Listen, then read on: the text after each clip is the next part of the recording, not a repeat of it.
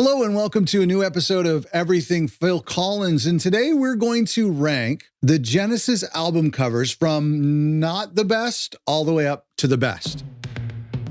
Now, I understand that artwork is subjective. This is my list, and I encourage you to make your list. Now, having said that, I've tried to hone in on a couple objective reasons why I've put these albums in the order that I've put them in. Aside from the composition and how they look and the typeface used, I also judge an album cover based on how it contributes to the listening experience.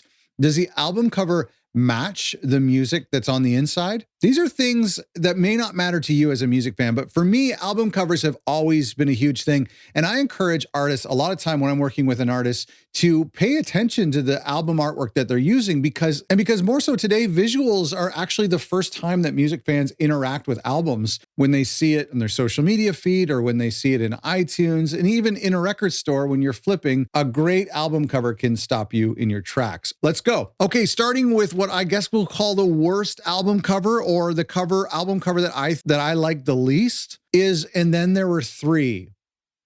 Now, let me tell you why, and I know that some of you actually really like this cover. Why is the Seconds Out font like half goo and half dashed? I don't understand that.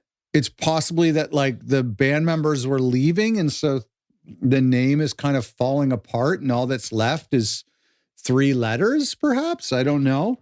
We know this is from Storm, rest in peace, from Hypnosis. And I'll tell you, I think Hypnosis has done some good work, great work, obviously iconic work, but I also think they've done some pretty poor work. And I just don't think, here's a couple things I don't like about this record. First of all, the contrast is off. I mean, we just really don't know what's going on, do we? It's so dark. So it's really hard. It's like watching like a dark, like a dark scene in the daytime on TV. It's like really hard to see what's going on. We're told that the lights moving is supposed to, it's like a long exposure photograph. So we're supposed to understand that the band is always changing, that the band is moving. I honestly don't think a lot of thought went into this. I think somebody was like, I'd like to do a long exposure shot, I guess. Are these three guys supposed to be Phil, Mike, and Tony? One of them kind of looks like a pudgy Phil with a mustache, but it's not them. It doesn't look like them.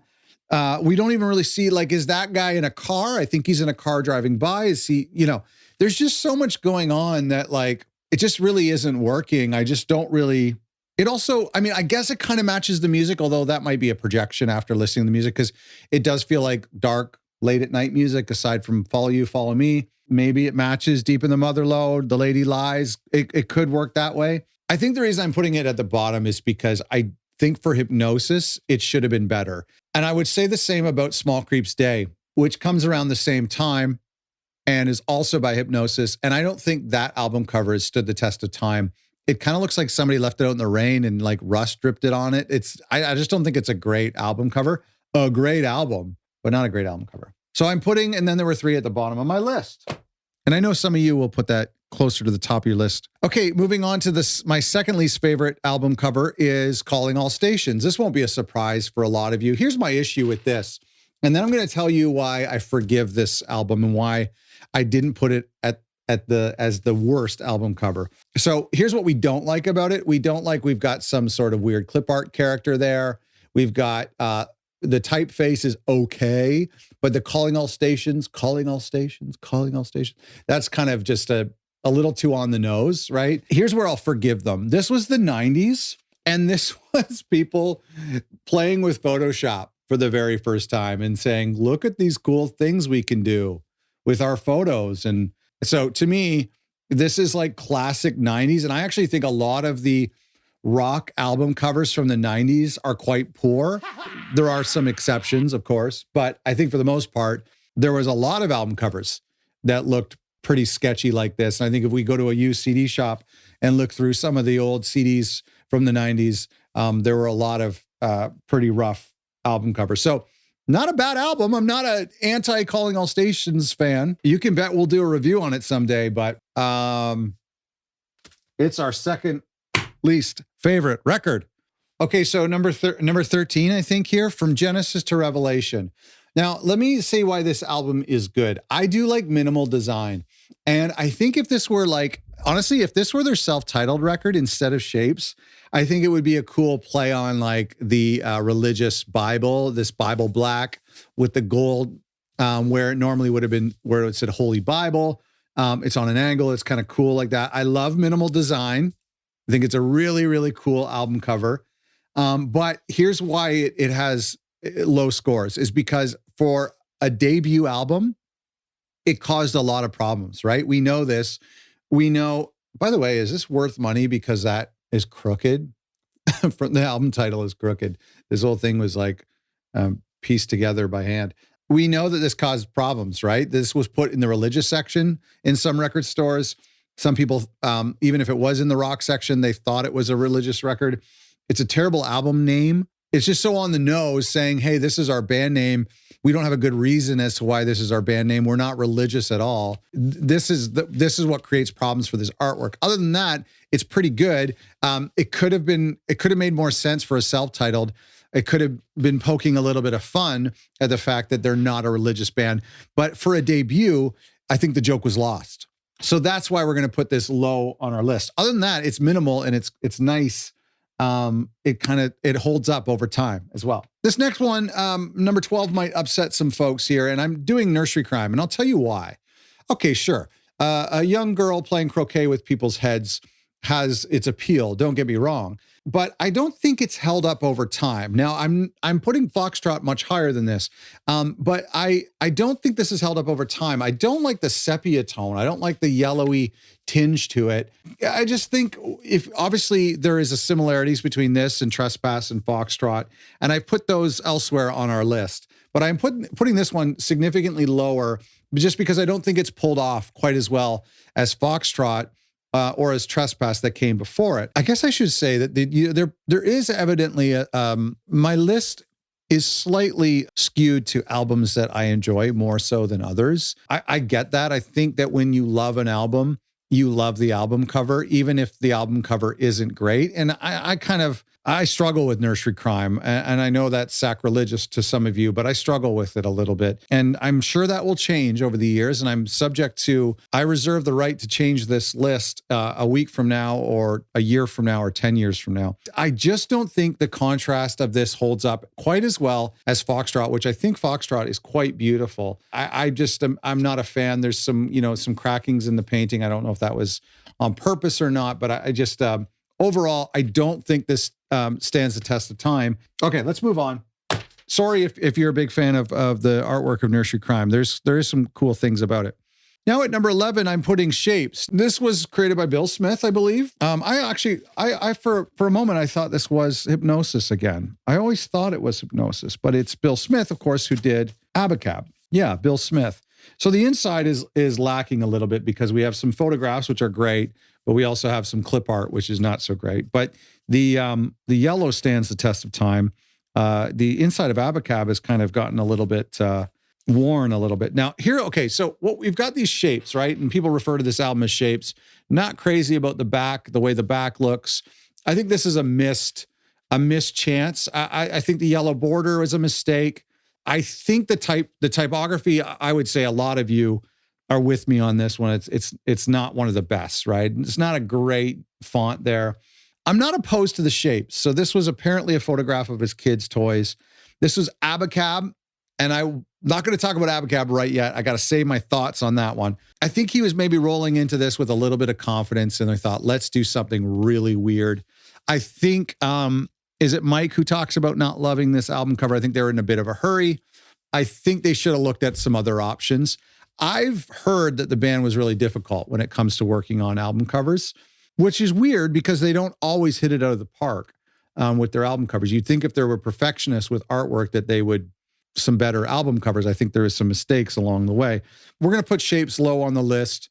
I think we could have made this a little bit better had there not been the yellow border and not the typeface on the front. And again, as a self-titled album, we kind of wonder why was this a self-titled album? As a self-titled album, I don't know. Maybe we should have done something a little bit more iconic, something maybe a little bit more minimal, maybe a band photo, although they don't normally do that. I get that. Maybe just something a little bit closer to Dark Side of the Moon, although is this trying to be a Dark Side of the Moon? Here's my other issue with this. These dark shapes, because it's a children's toy, but it's in a dark black background and it's a progressive rock band, that implies that this is a dark album. Children's toys falling into a black abyss. It's kind of spooky, right? And so what I think that does, and then of course you have the opening track, Mama, is it makes this album seem very dark and ominous and sinister, but I don't necessarily think that was the case. I mean, they had a lot of fun making this record. Mama is, and Home by the Seas are also dark and sinister.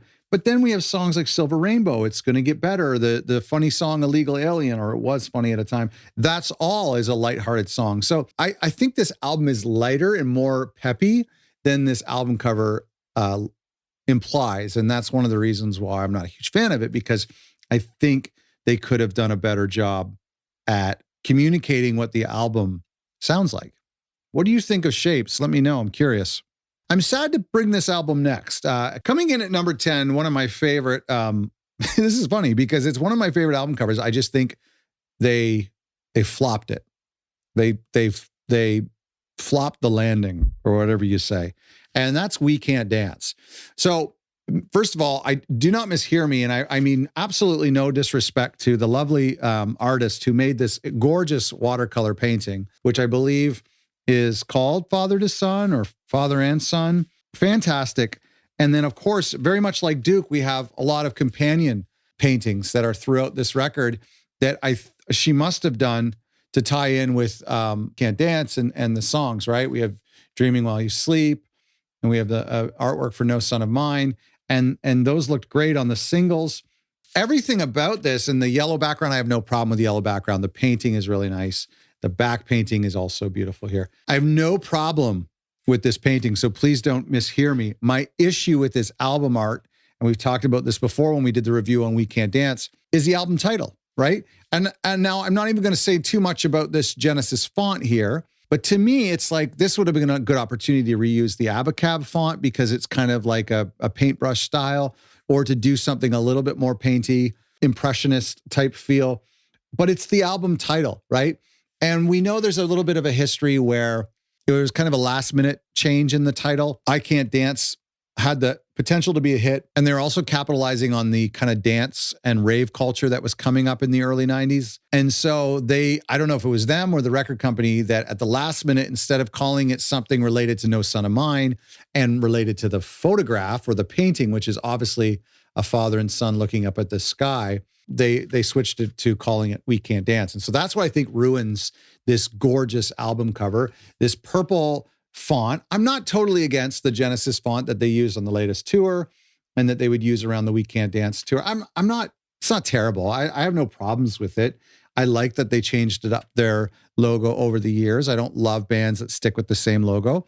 So I have no problem with that. It's just that calling it We Can't Dance all of a sudden created this immense confusion with the album cover. And I'd love to know your thoughts on this album cover, because there's so much potential here.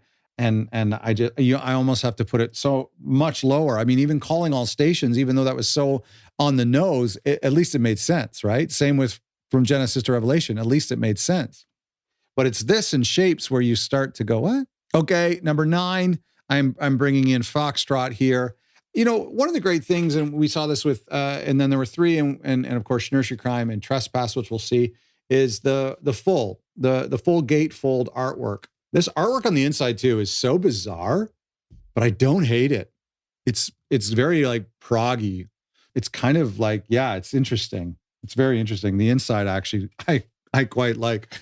I would have liked for them to use that artwork sometime as a poster or as an album cover. It could be really cool. Gosh, wouldn't that have been great for self-titled? I'm sorry, I'm going on about that. Let's get me a print of that, please. Foxytrot is great. See, I think Foxytrot holds up better because of the contrast. We've got the red dress. It looks great against the blue water, and then it matches these fellas here. That old logo isn't the best. It doesn't pop off enough, but Foxytrot certainly does. It's a beautiful album cover. I think it's really, really nice. And I think the artist took what he did well in Nursery Crime and did it better on Foxytrot. So that's just my opinion. That's why I've put Foxytrot much higher than Nursery Crime. I think it is. I like that style, and that sort of holds up. But Nursery Crime just looks a little bit too old. You know, when you're flipping through the used bins and you get to those classical records or those religious records, and they're like 10 cents each. That's where, to me, Nursery Crime just doesn't like hold up for quality. Okay, might be a little bit upset that I'm bringing this in number 8 after Foxtrot, but we're going to put Invisible Touch lower down my list, right? We're in the second half here. We're not yet in the second half. We're just about at the halfway mark, and this is Invisible Touch. Now, why, some of you might be asking, why haven't we put Invisible Touch at the very bottom? Because it is objectively hideous. We have this, can you call it orange? What is that skin color? You know, luckily they didn't land on a skin color. And then is that green and yellow? Is that a thumbprint? Why we have a family back here? What's going on? A family in there? Why is this hand touching this family? This is obviously super bizarre. But why am I putting it so high on this list? Because like a lot of things in the 80s, the cover artwork for Invisible Touch is so bad that it's good. That's my opinion. Invisible Touch artwork looks like Invisible Touch sounds. Just so bizarre, but so great. I mean, the Brazilian, Tonight, these really these really aggressive 80s sounds matches this artwork. And that's what I said at the beginning, that I think it's so important when album covers match the artwork. And we're going to talk about the next album artwork in this list does that extremely well, if not the best of all of Genesis albums. Take a guess at what the next one is. But I just want to say, even though this is objectively hideous, I love it. I would love a poster of it. I have a sweatshirt of it. I just think it is iconic Genesis. It's iconic 80s. Does it hold up? No, it doesn't hold up, but neither does a pink fanny pack. And you see a lot of people wearing those. I don't think it holds up, but it's the 80s. Everything that's held up holds up in a nostalgic way. It holds up in an ironic way. And so I don't mind the Helvetica typeface or whatever that is. I think it's great. I really do. I really like the inside. It's just so brash, so bold. What a great photo. One of my favorite photos of the band. I don't know why Phil always did that to Mike, the way he snuggled up close to him. So honestly, there are times where I would put Invisible Touch as my favorite album cover of all of Genesis. And I know that some of you would put it as your least favorite, but it's just so funny. So funny. Okay, so what do you think? We're coming in at number 7 here. What do you think? What Genesis album cover sounds the most like the music on the inside? Take a guess. What do you think? I think it's Wind and Wuthering. I think this album cover, and I'll tell you what I don't like about it in a second, but what I do love about it, love the logo. They use that in a lot of advertisements. Would have loved to seen that more often. I think there's a copy of it, a version of it on a live bootleg. But the painting is beautiful, really, really cool. Look, the leaves blow away and they turn into birds. This is autumnal, right? This and this came out in December, this record. It has a very cold, wintry fall. As a Canadian, I relate to this picture quite a lot. I kind of rediscovered this album later in life. When I was a kid, I didn't give it much attention, but I rediscovered it later in life in the fall. Ironically, I listened to it in the fall. And it's now one of my favorite albums to put on in the fall, whether it's just to sit there and listen to it or to read or to have a dinner party. I just absolutely love this album. It's a stunning record. I mean, it's really, a lot of people would say, I know a lot of people would say it's one of their favorite Genesis records, and certainly some people consider it to be the end of an era, but we won't get into that today. I just think the album cover is really great. Now, here's what I don't love about it. So what I do love about it, the reason why it's so high on the list is because it sounds like the music, which I think is so important. But I do think it's kind of lacking a bit of the punch that, just visual punch, right? That, and I'll tell you what I mean by that, like contrast. That something like Trick of the Tail has. It's very similar to, and then there were 3. It's an issue of when it's so far away, what do you see? it's not much, right? You see the tree, you just don't see very much going on there. It's kind of it all blends together in gray. And so I'm being super picky, but that's what I do here. And so one of the, I didn't put Invisible Touch higher than it, but what you can say about Invisible Touch is if you saw that a mile away on a billboard, you know exactly what that is, right? And I do think that the artwork has a little bit of a requirement to make a bit of a statement. And so I think that wind is, I think even the font it sticks into it a little bit. But gosh, would have been nice to see this brand new in a record store on a cold December in the late 70s. And I love this album. I love this album. Moving up the list to number 6 is Trespass. What is so great about this record? I mean, first of all, I'm biased because I love this album. And I do want to put it higher than Foxytrot, even though there's similarities. There's some really cool things going on the inside. Again, I will say this album cover matches the music in a really great way. And I think we talk about this knife. This knife is so iconic, and it is so cool to have what ends up becoming mixed media when you have this fantasy style artwork painting, and then you have a real slice through it with a real knife pictured is really cool. It's really cool. And you have to kind of wonder what those little ornaments are there in the bottom corner. But it's cool. I'm not crazy for this type of art, but I think going ahead and putting the knife through it is really cool. And the inside is nice as well. Again, when you put this record on, you hear what this looks like, right? Okay, so now we're going to our top 5. This next one, I really am uncomfortable at putting number 5, but it has the same problem. It is guilty of the same crime that We Cant Dance is guilty of. And so I love this album cover. Absolutely adore it. It checks all the boxes for me. It is, off the record, it is my favorite album cover of Genesis, but it commits the same crime as We Cant Dance, and that is Duke. Duke is so minimal. It very much like We Cant Dance, it carries through these similar designs through the interior gatefold. The back is very cool. The back is kind of the inverse of that, a little bit of a cutout. What I love about this album cover is that the light, minimal, I mean, this is the white vinyl I'm holding here. And so what I love about this album cover is how much white space it has, right? So you're focused on the beautiful colors. The typeface is so iconic. Why didn't they use that more? It's so beautiful.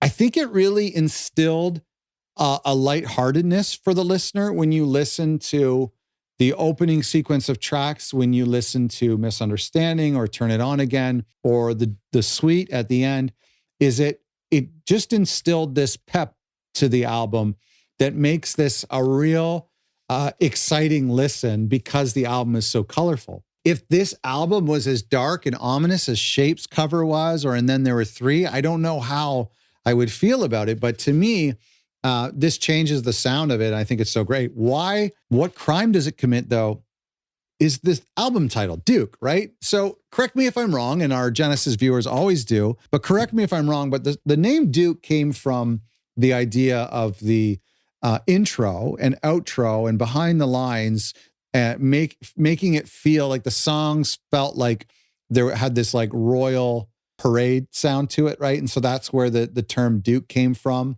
was that it sounded like proclamation, this announcement of royalty entering the village or whatever. From what I understand is where the term Duke came from. And so then you have this like Duke's Travels, this whole Duke suite, and you have a song called Duchess, but this guy is not named Duke. I mean, what casual fan knows that?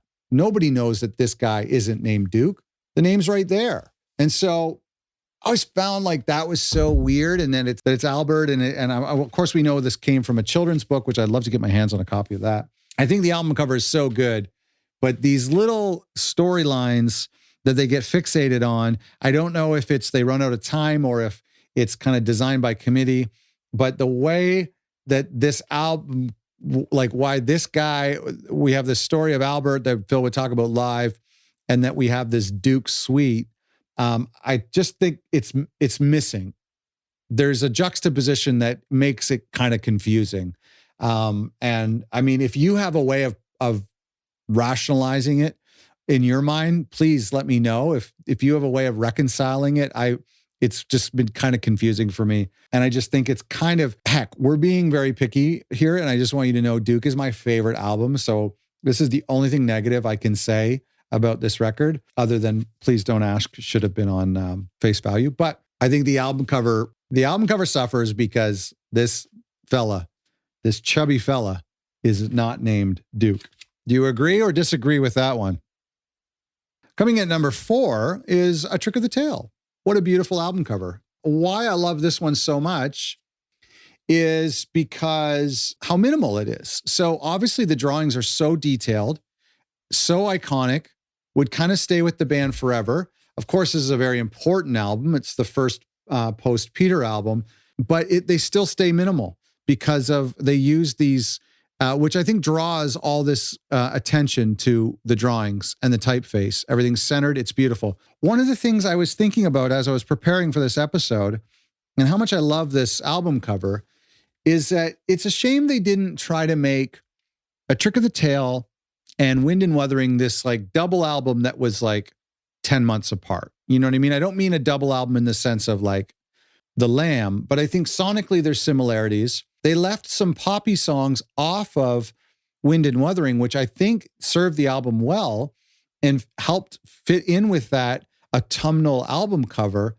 I honestly just think maybe had they have kind of like maybe used the same typeface and kind of just had them sort of connected, maybe they wanted to do the opposite. Maybe they wanted to say this is a completely different album. But a lot of us kind of feel that there's similarities. Anyway, we're talking about Wind, and I just wanted to say I really do like this album cover, and it's meaningful. I think there are a few Genesis album covers where non-fans of Genesis would be able to recognize them as Genesis. Like, I'm not a fan of Yes, but that one with the gray background and all the colors, like 90210 or whatever. I'm not a fan of them, but that I know that's Yes. And there's a couple of bands like that, right? There's plenty of bands like that. So I think Trick of the Tail is something where people go, oh, I know that's a Genesis one. Same with Invisible Touch and Duke, probably. Maybe Abacab as well. Great album cover. Coming at number 3, and this could easily be number 1. It could easily be number 1, is The Lamb. The Lamb is so great. Even better than this, I believe, is this bootleg Swelled and Spent album cover that I have that mimics this design, and I actually like it even more. I love the typeface, this reflection on a mirror. I love what they did here with all the song titles on the back. My Canadian copy has this contains 2 disc, which is super annoying. That's the Atco, I believe. Some great use of like photo editing for that time period. I love the use of white, black and white, a little bit of color in the logo. It's become iconic in the same way that the music's become iconic. And it's weird, right? The album cover's weird in a good way, in the same way that the album musically is weird, but in a good way. So I've put The Lamb Lies Down on Broadway as my 3rd pick. And for some of you, that might be your first pick. And I'd have no problem with that. I couldn't argue against that in any way. Number 2, this is going to cause some trouble here. Abacab. Okay, a couple reasons why. And before you turn this video off, the reason why I'm putting this as the number 2 best album cover by Genesis is, first of all, the series of colors was well ahead of their time. The idea of a band doing 4 different album covers and sending them all out into the wild is really, really cool. It's really brave. It's really bold. This design lends itself to that concept very well. I'm a huge fan of this typeface thing. I'm a big fan of minimalism. I'm a big fan of abstract, and I'm a big fan of minimalism. I like a white background, and I like these shapes. You know what? Isn't it funny we call Shapes the other record, but we don't call this Shapes? Are you, by any chance, a fan of Henry Matisse? I certainly am. And this, to me, the torn paper reminds me so much of Henry Matisse. I love it. This, of course, is Bill Smith. Maybe we'll get him on the show one day. The other thing I love about this is that the music is very abstract. The music is very risky. I'm going to do a review of Abacab very soon because I think it's a really, really great record that misses the mark on a couple of spots. And I think they missed out on the chance to make a prog new wave classic record. We'll get into that another day. But I think this album cover is so good. Like I've been saying all along, I think it matches the music. And I love what they did with the series of artwork. I love that it's bright and vibrant. When I hear the song Abacab, I think of this album cover. I think of Abacab as just this maximalist approach to music that has just so many sounds happening all over the place. And I recently was listening on noise canceling headphones to the modern mixes, right? The more recent stereo mixes, and you just hear some things like screeching of the hands up and down the fretboard, and these things that I hadn't heard before on this copy of vinyl, which is the original era. And so I think sonically, the music of Abacab and Me and Sarah Jane and even Whodunit and Like It or Not sound a lot like the album cover looks. And that leaves us with what I think is the best album cover from Genesis, and that is Selling England by the Pound. I think they did the painting here. They'd used paintings all the way up until this album so far. And I think they did the painting the best that they've ever done it. I've said minimal so many times on this video. I do think the back being minimal and the front and the typography on the front being minimal tells the eye to look at just the painting. Whereas Foxytrot, Trespass, and Nursery Crime seem just a little bit too overwhelming for the eye. This is a very straightforward painting about life in England. It obviously looks a lot like I Know What I Like. I think it's a great visual for that song. They put the lawnmower in, or they asked the artist to put the lawnmower in after the fact, and that totally works well. Again, what we've been talking about this whole time.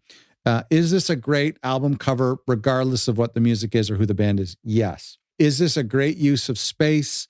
Is it iconic? Yes. Is it minimal? Does it have a good typeface? It has basic typeface, but that's okay. All the attention is going towards the artwork. And then does the artwork match the music?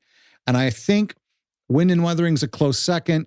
The Lamb and Abacab and Invisible Touch all equally represent the music, but I think Selling England by the Pound truly represents the music that you find on the inside. The album cover looks British and the music is British. Love it. Incredibly beautiful painting. Did they ever sell prints of this? Oh, I'd love to have that. I would love to have that. Again, it kind of passes the test too, right? When that's sitting back there, aside from maybe it looks like that Elton John record, sitting back there, you go, I know what that is. So there we go. That's my list. I'm curious. You can, in the comments below, you can tell me your list because I really want to know how all of our lists compare. And then let me know where you think I went wrong. And if you have an album cover that you think is underrated or overrated, let me know why. Thank you so much for watching.